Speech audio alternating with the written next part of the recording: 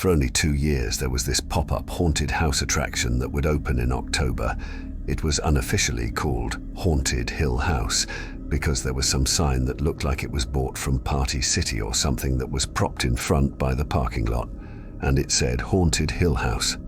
The parking lot wasn't actually a parking lot at all, just grass that was designated as a parking area. This was the year they closed down, and this was the year my friends and I went. I went with Matt, Michael, and Eddie. We went on a Thursday night because we were in college and all of us had Fridays off, so it was definitely quieter than it would have been on a weekend. There was surprisingly no line for the ticket stand, and when we followed the directions to the entrance, there was only a really short line there and say like 4 people ahead of me. What we didn't realize though is that they were only letting one person in at a time. We had no idea that was part of this haunted house. If anything, this would make it scarier. We shoved Michael in front to go first. I was second to last before Eddie. Every couple of minutes, they would tell the next person to go in. When Matt went in ahead of me, I actually started to get nervous. I hadn't done a haunted house since I was a little kid, and I was with my family. Then it was my turn to go in, as this woman dressed in some bloodied costume opened the door and told me to enter. I stepped through the door, and as it shut behind me, I was in this dark building, lit up mainly by small flashing lights. As I walked through, I was faced with a bunch of gruesome props of mutilated dead corpses and other pretty horrific things. Once in a while, actors dressed in horrific costumes would jump from around corners or through little holes in the walls. In just about every single time they got me because I'd jump. I was in some dark hallway separating 2 rooms when I felt something brush up on me from behind. I let out a short scream as I turned, and in the darkness I could see a tall figure in front of me. I laughed after seeing it, then something I wasn't expecting happened next. The actor started pushing me down this dark hallway, and I could hardly see anything. I was going along with it, thinking this was part of the attraction. I don't remember how long exactly I was allowing this actor to push me in the darkness, but eventually he stopped and I heard a door close and things went silent. I didn't know what was happening. I still thought this was part of the act, and I was definitely scared because it was pitch black. Then I felt hands grabbing me, but in a very weird way, not in a way that a haunted house actor should. I was being full-on grabbed, and so I pushed the person off and said, "Get the fuck off me, dude." I stood there in silence now. I said, "You're going too far, man. You can't touch people like that," thinking this was still just part of the haunted house act. I waited there, expecting the actor to progress me to the next part of the attraction or just do something, but nothing was happening. Enough time passed now that I knew this wasn't right, and so I took out my phone even though they told us not to take our phones out at any time during the attraction. I turned on the flashlight and found myself in a storage room with props and janitorial equipment. But I'd be lying if I said that was the first thing I noticed. The first thing that caught my attention was the tall man standing 3 or 4 feet away from me. He didn't look like an actor at all. He wasn't wearing a costume. He was just wearing all black with a black face mask covering half his face. I looked for the door as I said, "What are you doing, dude?" He didn't say anything. He just started making these motions with his arms as if he was acting like he was supposed to be a character. I found the door and left the room. I used my phone flashlight to navigate back down the dark hall, the direction we came. When I found the next actor, we yelled at me to turn off my flashlight. I told him I was violated and assaulted by somebody who may or may not work for the attraction, and I wanted to get out of there. I could tell the actor was probably just some teenager, not much younger than me, and he didn't know what to do really. He dropped his character act and told me to just keep walking that way and that I'm almost to the end. I asked where his boss would be. He said I'd have to go back to the ticket stand, as the little manager's office is attached to the ticket stand. So I continued the rest of the haunted house, speed walking, making it clear I was just trying to get out, and a few minutes later, I was out. I found all 3 of my friends who were confused how I ended up getting out last. I told them what happened, and that we all went to the ticket stand, and I asked for the manager. The worker said that he wasn't there tonight, but that he'd be back tomorrow. I told the worker about what happened, and she said she would alert the team about it. I requested my money back because of it, and she gave me back my 30. It was the next day that a girl from our college, who we all knew, posted on Facebook that she was sexually assaulted by someone in the same haunted house the night before, the night we were also there. This was the reason the place was eventually shut down that month.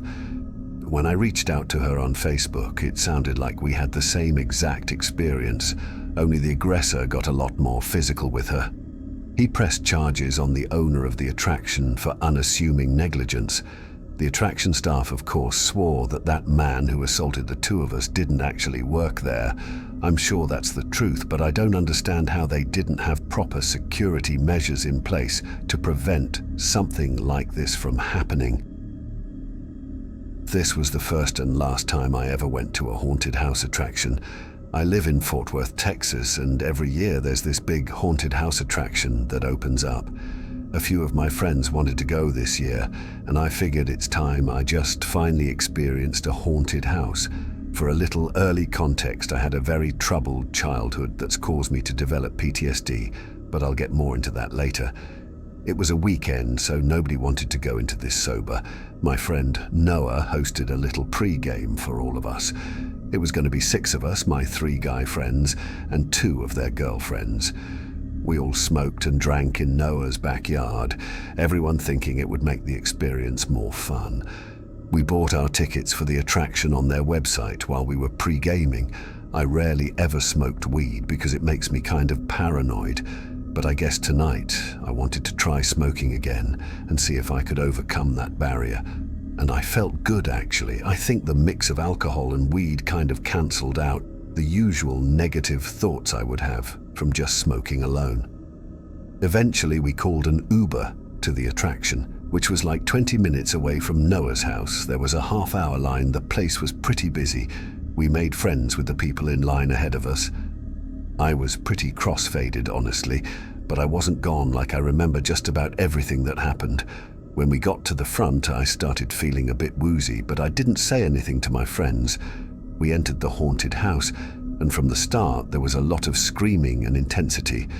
The actors were really good but intense, and it was starting to give me anxiety.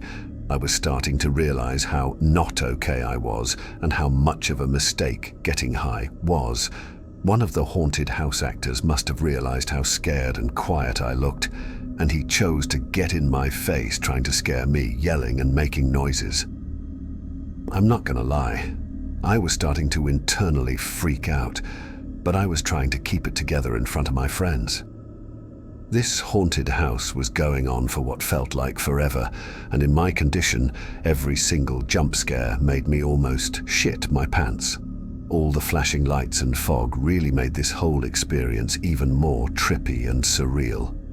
We came to this room lit up with an eerie red glow with a bloodied man dressed as a guy in a suit and top hat yelling at us, part of the act. But behind him, in the corner of the room, was a guy who wasn't dressed as anything. He was just standing there looking at me into my soul, and as I realized I was looking at the face of my father, I let out a scream straight from my stomach as I felt every hair in my body stand up. The room went silent, and my friends looked at me laughing at first, thinking I was joking around, but when they saw I was serious, one of the girls grabbed me and asked what's wrong. I said it's my dad. I pointed to the corner where there was now no one standing. I remember all my friends and the actor being confused, and everyone could tell I was not messing around. My friends knew about my troubled past. "There's no one there," one of my friends said. The actor apparently asked my friends if I was okay. I was now in the middle of a full-on panic attack, yelling, "I want to leave, I want to leave." Noah left with me through a side exit, and he sat with me while our friends finished the attraction. It wasn't cheap, so I wasn't going to make them all come out with me. As we sat outside the place, Noah told me I shouldn't have smoked, so much as he tried to assure me that my dad wasn't in there. I was just hallucinating. So my father used to abuse my siblings and me. I'm the oldest, so I remember the most of it. He left us and our mum one day and never came back when I was 10. My close friends know about this to a certain extent, so I didn't have to explain to Noah. When our friends were down, they met us at a Wendy's nearby, where I was just trying to eat to help calm me down. I was embarrassed, but my friends didn't judge, thankfully, not to my face at least. I went home earlier than everyone else. I didn't want to spoil their nights. When I got home, I knocked out right away, I guess because of how drunk and high I was. That night I was having a nightmare about the scene at the haunted house and my father standing in the corner of the room. He was saying, "Wake up, Charlie," and I did wake up. I woke up in my dark room in the middle of the night to see my father towering over my bed, looking down at me with his eyes open super wide. It was literally this towering 9-foot-tall version of my father, bending down with his body, contorting in an impossible way. When I saw it, it took me a few seconds to digest what I was looking at and scream straight from my stomach again. My mum came rushing in and turned down the lights, and the apparition was gone. My heart was racing, and my blood ran cold. I cried to my mum that I saw my dad. It was one of the most scarring nights of my adult life. I don't touch weed or any substances anymore besides light alcohol, and I'm never going to a haunted house attraction again after that. During COVID, I thought it would be fun to get a job at a local haunted house attraction. My friend Marissa was already working there, and she told me they were looking for new actors and actresses. She pulled some strings and got me a job after I met with the owner. There were multiple sections to the haunted house attraction, including 3 haunted houses and the haunted corn maze. On my first day on the job, there was some slight rehearsing of my character and just demonstrating my acting skills to one of the supervisors who was on duty. My role for the night was assigned to be a damsel in distress, and this meant I was going to be tied to a pole and yelling at the guests to help me as they walked past me. Of course, all guests would be told beforehand not to touch any of the actors or actresses, so they would know not to actually untie me when I'm screaming for help. So before opening time, the supervisor coordinator, Jeremiah, walked me to my post. Quite literally my post, because I'd be tied to a wooden post in the corn maze. I was honestly surprised that I actually had to be tied up and not just pretend. I asked how I would go to the bathroom and such. He said there would be short breaks between sessions. He also said there would be another supervisor nearby if I should need anything, which made me feel a little better. Once he walked away, I was left alone. There were a bunch of sound effects and scary ambiance loops echoing through the cornfield from the various speakers hidden throughout the maze. Pretty soon, a little air horn sounded in the distance, indicating that the attraction was open and to get into character. I was nervous but excited. Since I was more so in the middle of the corn maze, it wasn't until a few minutes passed that the first guest would be passing me. I started to put on my best performance as a damsel in distress, so I screamed and fake cried, begging everyone who passed for help, saying, "He's coming back soon, untie me." Some people would play along and say things back, and I'd provide responses in character. Everyone was wearing face masks because of COVID, so I couldn't see people's entire faces. Eventually, 2 male guests who looked to be in their 30s walked past, looking at me without saying a word. One of them slowed down as he just shot me this gaze with his big eyes. That quite honestly creeped me out. They kept walking and disappeared further into the maze. This was around the time I was starting to realize there would be long gaps between guests sometimes. I could suddenly hear someone brushing through the crops nearby. I was wondering if it was a staff member. The guests weren't supposed to stray off the path.